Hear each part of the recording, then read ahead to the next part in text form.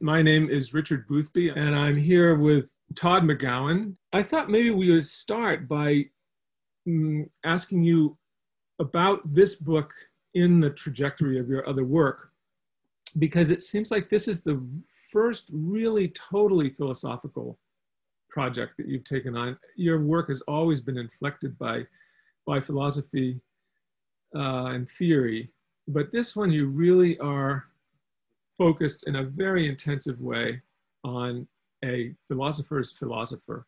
And I wondered how you think of that in the trajectory of your own work, especially given that you're a professor of film studies and English and not of philosophy.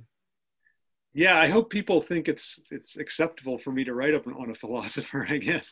I feel like it does stand out, though. I feel like it marked a kind of break for me away. The last book also was more philosophically oriented, and I feel like Capitalism and Desire. no, the universality and identity politics. Oh yes, okay. That was more concerned with the philosophical issue. I think that I'd wanted to write a book on Hegel for a long time, but for other various reasons, I didn't feel like I was capable. You mentioned his great difficulty. That was one of the reasons, but I also thought I needed to learn German. So it took I had to learn German and be able to read it at least a little bit in German. And so I do feel like it was a kind of coming of age book for me, like even though I was 50 years old when I wrote it, but I felt like it was the book that I always wanted to write and I never was able to write it. And so when I was finally felt like I was able to write it, that felt pretty good. But I did have a lot of insecurity about it. So I sent it to various philosophers saying, do you think what I'm saying isn't crazy? And they were, they had a couple points, but mostly they thought it was okay. So I think it was as you kind of point out, it was a breakthrough for me in many ways, just a new turf, and also saying something that I felt like I hadn't been able to say before when I was just talking in theory, just like what you described, more theory books or talking about film. I mean, my book on Christopher Nolan has a lot of Hegelian tinge to it, but it's still it's not like a book on Hegel where I have to directly encounter him. So I think you're right in the way you depicted it. You start out the book with a enormously provocative thesis that Hegel should take his place in the crowd of philosophers whose posterity distorted what they had to say. They were kind of hijacked by one or another intellectual or cultural or political movement, but that Freud maybe deserves to be on the top of the list of a thinker whose intention conceptually was turned pretty much upside down.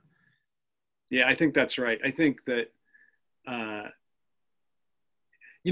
mean, I say in that little bit in the intro, I say, well, other philosophers had it worse, like Nietzsche.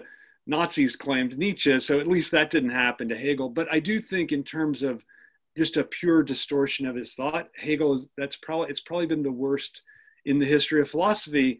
And I use this as a jumping off point, just that the way that if you asked 100 people on the street, and if 50 of them had heard of Hegel, what they would have heard of would be thesis, antithesis, synthesis, which I try to point out. Other people have said this, so this isn't an original thing, but that's a complete reversal, really, of what he's trying to do. So I do feel like the distortion for him was very extreme. And I link it to this split between the right and left Hegelians. And I think that maybe had something to do with it, because once you take his thought and section off half of it and say that's not what we're concerned with, I think that's the start of a misreading. And then and part of the problem too is that one of the great influential philosophers of the end of the middle of the 19th century, Kierkegaard, just set out to destroy Hegel. So I think there's a lot working against him and working in the direction of misunderstanding. But part of it, as you were hinting at earlier, is kind of his fault, because his prose is so difficult and dense. So I think that it doesn't lead itself to a easy, facile understanding. And Hegel hands to Kierkegaard one of his biggest weapons against Hegel, namely the very word system, And in the schema, thesis, antithesis, synthesis, the real big problem is the synthesis moment, right? Where Hegel then appears to be the philosopher of metaphysical closure and totality par excellence. But your thesis is almost the complete opposite. Almost the opposite. I mean, I think he is concerned with totality, but in order to open up the contradiction, that's like it's only, he thinks, when you think the whole or the totality that you actually arrive at the irreducibility of the contradiction, which is, of course, not what Kierkegaard had in mind. I mean, that's what, when people are critical of him for being totalizing, they don't think about that. They think just about the way in which he's the total, like just like you said, the totality is the closure that cuts off problems.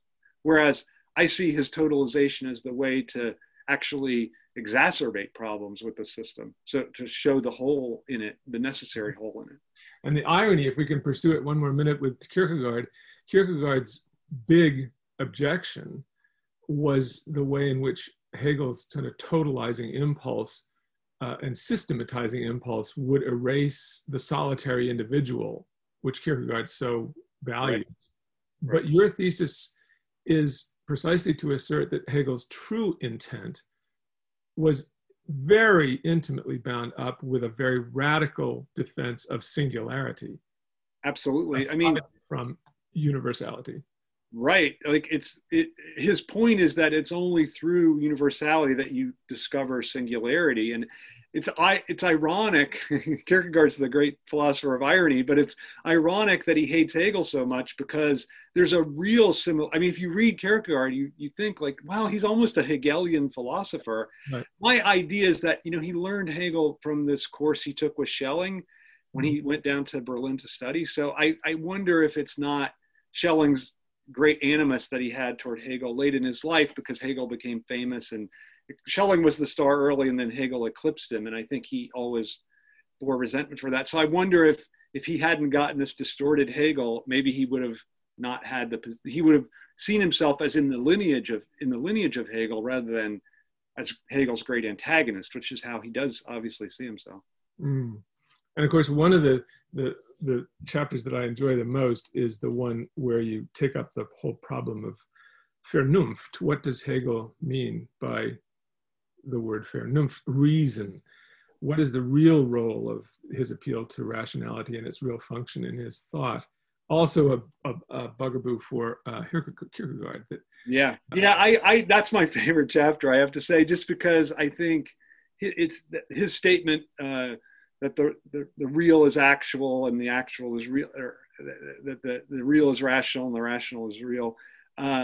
That gets actual, that rational is actual and actual is rational, right? I have to be precise about that, because the terms he uses, I'm just making an English translation, obviously, of them, but I think the difference for him between actual and real is important, but also what he means by rational. And so a lot of people have made a big deal out of that, but I really make a big deal out of what he means by vernünftig or rational. And I think what he means is the same thing that Kant meant. And so for Kant, reason is a problematic human faculty, because it runs into contradiction. And for Kant, that's a dead end of thinking. And so he wants to confine, basically reason's role is to just confine ourselves to the understanding. It basically is a policeman of the border or of the limit. And I think what Hegel likes about it is it's actually that reason runs into contradiction, and he thinks it's able to grasp and think contradiction. And my sense is he thinks that's our highest power, that as human subjects, that this ability to think reason and to think reasonably and thus grasp contradictions, that's as high as it goes. I think that's what he thinks is the great, I think his idea is that most beings just submit to contradiction and thus perish, but we have the ability to actually think it ourselves. And I think for him, that's incredible, that's the great leap of the subject. Mm-hmm. So that, as Kant put it, we must stick to the exercise of our understanding, where understanding is working with the sensation and intuition that of the world, the appearances of things, they're given over to us to try to process. When reason functions on its own, it generates these impossible antinomies, these paradoxes and impasses. And Hegel's great breakthrough, as you argue, I think really elegantly, is precisely to say, what if it's the complete opposite? What if when reason generates these antinomies, these contradictions, it's actually doing something completely valid?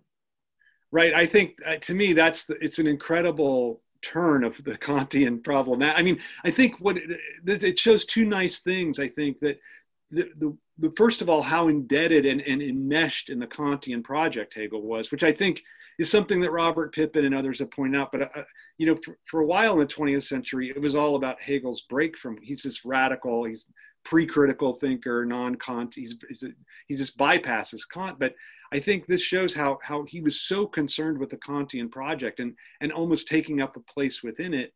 But by doing that, he overturns it. So I think he looks for this place in Kant where he intervenes. So he's in the Kantian world, but then he, as you say, he totally flips it around, so that the fact that reason runs into problems is what's incredible, what's valuable about it. And as you said, that the problem for Kant is that reason has no intuition, right? It has nothing to deal with.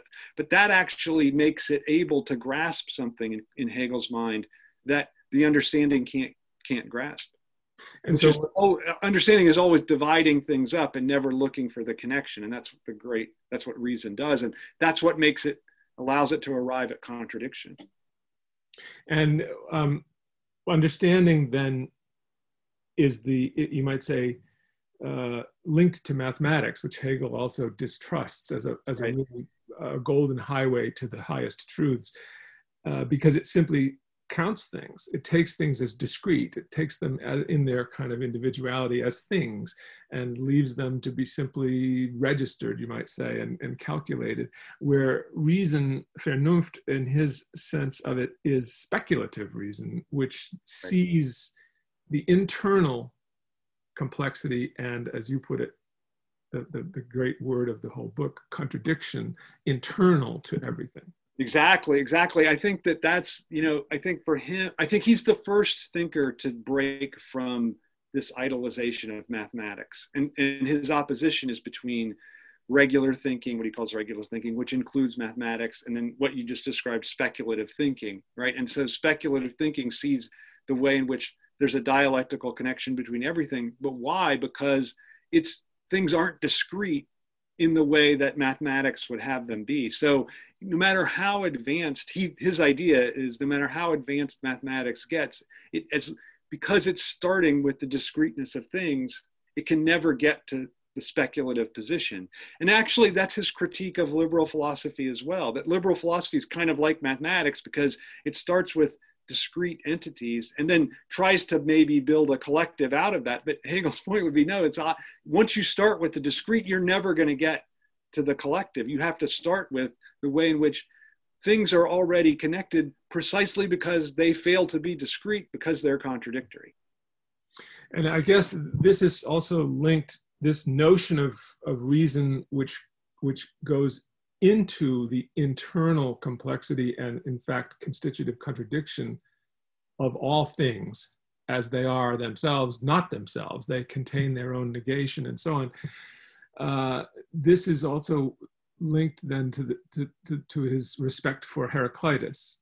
Right. Heraclitus famously talks about the kind of dialectical identity of opposites, that the Pythagoreans had been wrong, deeply wrong, to say that the one and the many, or the resting and the moving, or the limited and the unlimited, and that these are somehow rigid dualisms where we have one concept in antagonism with another, never the twain shall meet. And Heraclitus comes along and basically says, no, they cannot be separated at all. Right cannot be separated from left and have any meaning at all, up and down, hot and cold, light and dark, etc. Take any opposition, they are dialectically a bound, tensed unit, two sides of the coin, in effect. And in a sense is arguing something similar. Very similar, right? I mean, he's Heraclitus is Hegel without subjectivity, I think. I mean, that's what's missing in Heraclitus. But I think you're absolutely right that there's a real similarity. And that's why Hegel, when he's describing, this passage, I know that when he's describing Heraclitus in the history of philosophy, he says, now we see the shore. Now we get from the, we're at the ocean, we're straggling, we're lost, but we see Heraclitus comes and we see the shore. And I think that my favorite little, because all we have are fragments left of Heraclitus' thought, obviously, but my favorite little fragment is the one, we can't step in the same river twice, but there's another version of that which goes, we both can and cannot step in the same river twice. And I thought that's the real Hegelian version of the aphorism. I thought the other one is this Deleuzian version where everything is a flow, everything is liquid, but we both can and cannot step in the same river twice. I think grasps that on the one hand, we first posit the discreteness of the object, and then we see how it's undermined. It's necessarily undermined. So there's this way in which there has to be some movement of identity out of the whole. Otherwise, you never can discover the way in which objects are contradictory. So I think that's an important. That there's many ways in which Heraclitus is important for Hegel, but the way in which that one fragment nicely grasps the contradiction already, I think is really important. So another way into this, I take it, is that phrase that he uses in the, I forgot if it's the preface or the introduction to the Phenomenology, where he says, das Wahr ist das Ganze, that the truth is the whole, that in some sense, there is no real discreteness. Yeah, right. That's right. That's from the preface. And yeah, is part of the whole, but the whole understood speculatively, understood by the power of reason and not simply understanding, perceives this internal complexity, internal contradiction, as you say. That's right. That's exactly right. And so I think it's important that the whole, I think most people that are critical of Hegel are very critical of the line you just quoted, right? That the true is and in fact, Adorno reverses it and he says the whole is the false. I mean, he does a little thing with it. But I think, so that's something, Adorno is one of the main sort of versions of this critical negative reading of Hegel in the 20th century. But I think that's an important thing, that if you just remain with the whole, then you never discover if you just think there is just a whole, you would miss it, I think. So the true is the whole means the whole with its contradiction. Yeah, that would be the absolutely crucial thing that you're really insisting upon, that the whole is not some kind of seamless whole. It's precisely an absolutely fractured whole.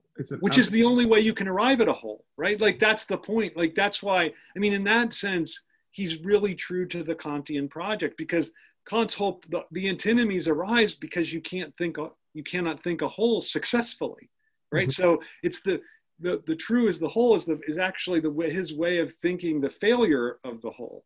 Mm-hmm. And that's why I think the true is tied for him to contradiction and failure rather than to some kind of success, which I think is really, that seems to me the most important thing, right? That he's not a thinker of this great, of triumph and success, but of the way in which every triumph has this failure written right into it. Mm-hmm. And I think that's the key thing. Mm-hmm. Mm-hmm.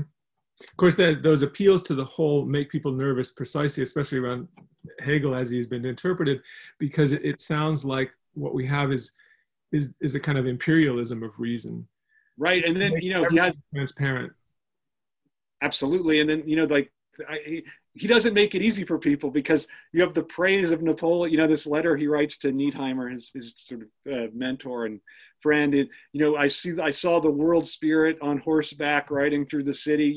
So I think that people who hate Hegel love to quote that passage. Right, referring, of course, to Napoleon entering Jena. Yeah, right. Which I like to point out. I think I mentioned this in the book, that he's praising something that basically destroyed his life. Napoleon, his troops burned down the house that Hegel lived in, and his manuscript as the fighting was going on, his manuscript was going across the town and could have easily, he didn't have a backup on the computer, so it could have been easily lost, and phenomenology could have. So I just think that when people read that passage, like, my God, like, look at, he's also praising someone who's conquering his country. So it's so I think it's it's not that he's in love with Napoleon's power. I think he's in love with what Napoleon represents, which is some version of universality in invading the provinciality of what Germany was at the time. So I think I've always thought that troubled me, that passage, for a long time, until I kind of got, and actually when I was reading through all the letters, it made more sense too. But I now find it as I now think it's one of his highest moments, actually, just because, like, who could praise someone who's undoing your whole, personal existence? I think it's a very impressive moment. It reminds me a little bit of the moment when Slavoj Žižek in 2016 said, maybe the election of Donald Trump will be just what we need. Yeah. We don't know yet if it is. Right. Yeah. Well, so say a little more about what's at stake in choosing what I think is, for you, both intentionally a provocation, but a very serious one, the term contradiction as the real leitmotif of the whole book. And as opposed, for instance, let's say to difference or to antagonism or something. Right, or to negation, right? Like that would be, so Dieter Henrich, I think he has negation play this central role for Hegel. I guess just to why I didn't choose negation, first of all, I mean, I'm now giving myself the question, but I thought negation, I was a little worried that I would turn Hegel into a thinker of resistance, and always on the outside, always in the critical position, never in the position of power. And I think Hegel really doesn't like that. But I did want to make sure that I didn't turn contradiction into a watchword, that it was the answer to every problem. Like, oh, contradiction. So I felt like that was a danger of taking that route. But I felt like I do think difference is an important I was going to say opposition, but I think difference, like, this is for Deleuze, there's this opposition, I'll just say it, between difference and contradiction. And he sees contradiction as a reduction of difference to the principle of identity. So he reads Hegel as a philosopher of contradiction, but he sees contradiction as just ultimately leading to identity. So difference for Deleuze, and I think this is Derrida's point as well, they don't share everything, but I think they share this, that difference is much more open to other kinds of, like, whereas contradiction seems like there's like a binary that's at work, and there's no alternatives outside of that, whereas difference opens up to all these different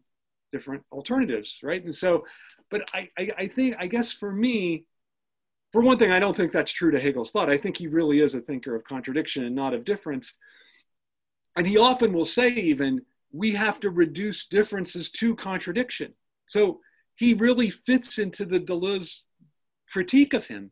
But what I think is important about that is that for him, contradiction is the only way to really affirm an openness, and that difference actually, while it professes it's all open, it always happens, I think Hegel believes, under the auspices of the one.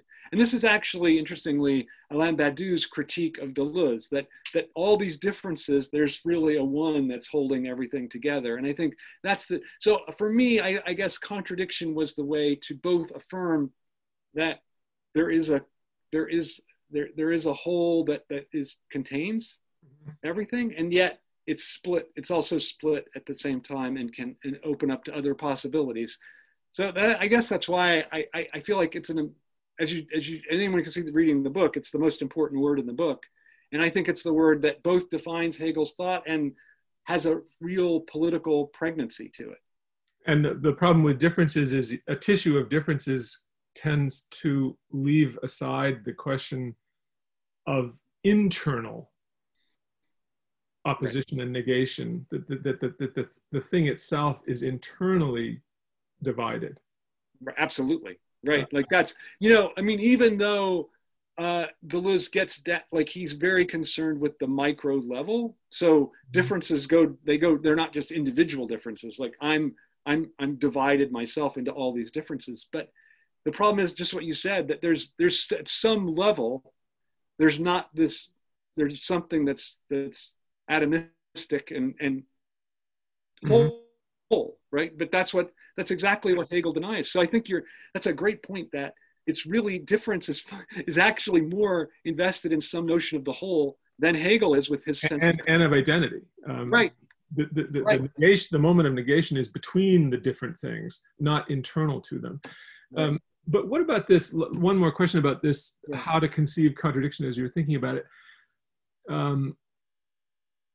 What about, I don't know if you're familiar with Thich Nhat Hanh, the Buddhist monk who often talks about interbeing, by which I think he means that things are not isolate, they're not discrete, but they are interwoven with the rest of being, so that in a certain sense, the being is a whole, and all of the individual beings participate in all other beings and are possible only because of them.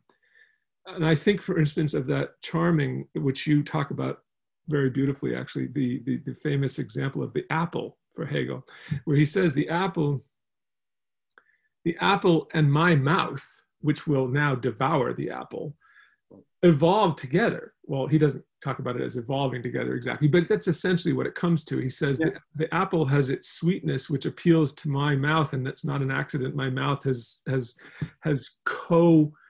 unfolded with the being of the apple, so that the very end of the apple, the death of the apple, the annihilation of the apple is partly a function of I'm already in the apple, and the apple is already in me, and so on. Why wouldn't it be enough to say that we have a kind of tissue of interbeing rather than contradiction? Why emphasize the contradictory character? Yeah, I think that, I mean, there is a great similarity, as you're suggesting, I think. But I think that what interbeing doesn't have, it doesn't miss the way in which there's a conflict or a struggle that is internal to each being that interacts with each other being. And I think that's, to me, that internal struggle. And, you know, Hegel even put it this way. He said, you know, I can certainly be killed by external forces, but I always die of my own. There's something in me that is itself dying, that leads to my death. And so I feel like to think of this only as a connection between interbeings misses the way in which there's this part of me, or part of every being, that's at odds with itself. And I think this is what Freud so nicely, in ways that he didn't even understand, I don't think, called death drive. And I think Hegel before him really, with his sense of contradiction, that's what he's getting at, that there's part of me that's actually at odds with myself and is trying to destroy me. And so my life is kind of a struggle between this, I mean, and you know, evolutionary sciences is all about our will to survive. It takes that as a given. And I think, okay, there, of course that exists, but there also is this self-destructiveness that Freud was so in touch with, that I think that's kind of what Hegel is talking about. And that's what I think, just seeing interconnections everywhere misses that, you know, that destructiveness that's within every being, or at least within every subject. I don't know what I would say about every, I mean, I don't think plants are necessarily self-destructive, but certainly every subject, I think that's true of. And so I think just seeing the interconnection misses that. I found that chapter where you talk about Hegel's arriving at his own thought a century too early, where he didn't have the benefit of the Freudian breakthrough, which so exquisitely exposes the internal conflict, even the internal contradiction that is the human being divided between conscious and unconscious. Right. I mean, that I didn't do this, but it would be fun to imagine Hegel with meeting Freud and actually like becoming a psychoanalytic thinker. Like that would be, I think he would be, you know, I think that would have been what he was interested in. Yeah. And, but yeah. But I actually chalk up a lot of the way in which Hegel's not understood to the fact that he was born before Freud, because I think there's really, if you think about his, and I basically owe this to Slavoj Žižek because he's the one who made this, I think, clearest of all. If you think about Hegel's work in terms of psychoanalysis, it just makes a lot of sense. So, yeah, I think that's good. I was just going to say, we're running out of time at some point here. I thought we should definitely try to link this, though, to the themes of love, yeah, and the adjunct theme of Christianity as the quintessential religion of love, according to Hegel, and also freedom. Yeah, okay. The big three. Okay. Yeah. So, yeah, I mean, love, I have a chapter on love, and I think love, Hegel has this incredible point. He's, I think, living in Frankfurt at the time, where he writes these things about love, and they're never published. But his idea is that you can see a break come over him from this Kantian notion that duty is the thing that really is essential to us, to this idea that love is really what is essential to us. And so that move coincides with this move where he had this idea when he was younger of inventing a folk religion to save people from Christianity and to give them something that would not be superstitious, but would yet allow them to bond together. And then he writes in a letter to this, it may have been his first lover, I kind of make a little bit out of this, Nanette Endel. He writes in a letter and he goes, "I've decided not to try to cure the people, but I'm going to howl with the wolves."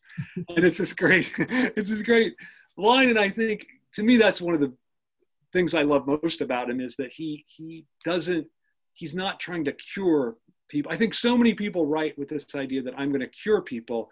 And instead he's like, I want to understand what people are doing and allow them to understand what they're doing themselves. And that's really, I think, the goal of what he's doing.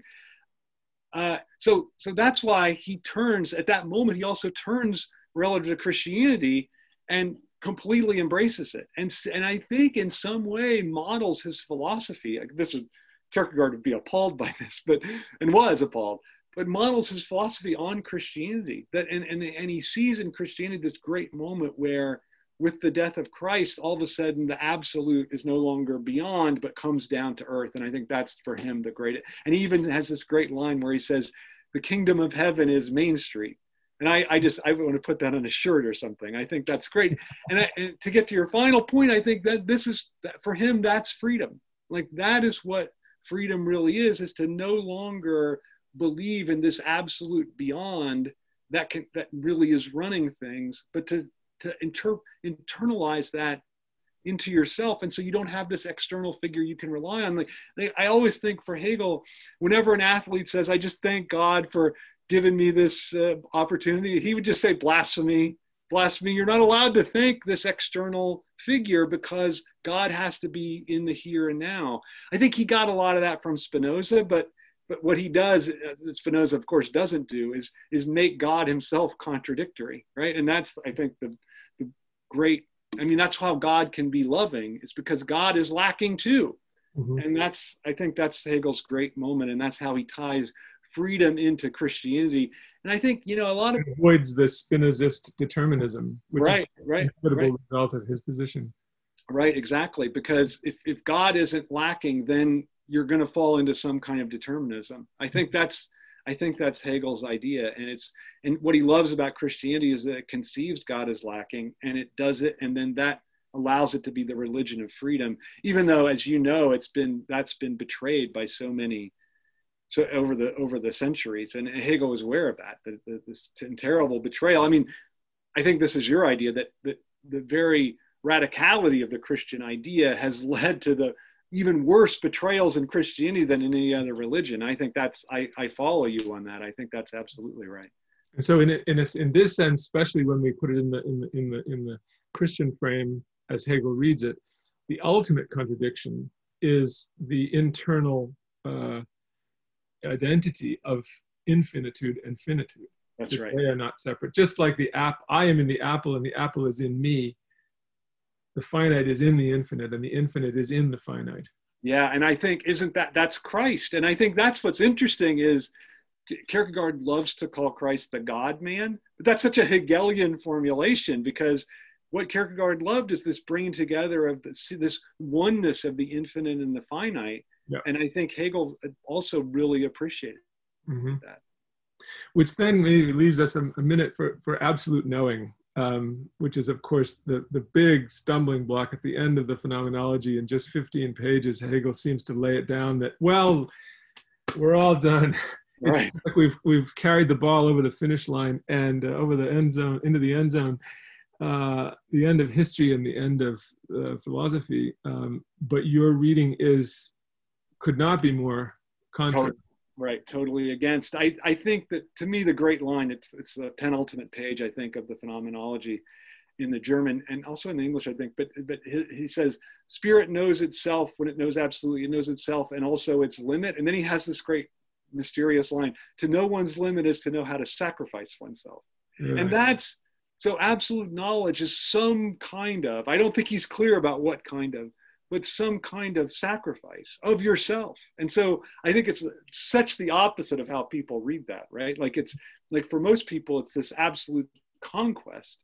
But I think what Hegel is saying is as you were suggesting, just the opposite of that. It's a giving of oneself. And I think that's a giving up of one's mastery. Like it's only when you get to absolute knowledge that you can really know how to abandon your mastery. And I think that's, to me, that's a fascinating, it's so obscured by the way people have read absolute knowing. But I think if you read the text carefully, I think that's what he's saying. Yeah, I think that's on the same page where he refers to the limits of spirit and it's knowing its own limits. But then he says something about we're delivered over, we're precisely not delivered over to the concept in some kind of tyranny over contingency. We're delivered over into a new radical encounter with contingency, which is not controlled. It's we're exposed to something,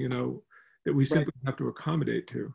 Right. There's a way in which, his whole philosophy is a critique of immediacy, but there's a way in which immediacy kind of comes back in only at exactly. Yeah. Sense certainty, he says, we're sort of back with that now for the first time almost. Right. I think that's right. I think it's right. Which I take it especially the way you read it in the chapter on love is part of what he means by love, that love unseats us. So love cannot be simply finding myself in the other and therefore loving myself in my reflection. Love has to be finding what is truly other in the other and being altered by it. That's right. That's right. That's why he doesn't believe, he rejects that, Christ at one point says, I think this is in Matthew, he says, you must love your neighbor as yourself. He doesn't, other times he just says, you must love your neighbor. That's the commandment is to love your neighbor. But at one point he does say, you love your neighbor as yourself. And Hegel absolutely rejects that because he thinks the whole point of love is to open oneself to what you're saying, some radical otherness that can't be mastered. And love for him is an absolute disturbance of one's equanimity, right? Like it's totally throws you off as a subject. And that's what's valuable about it.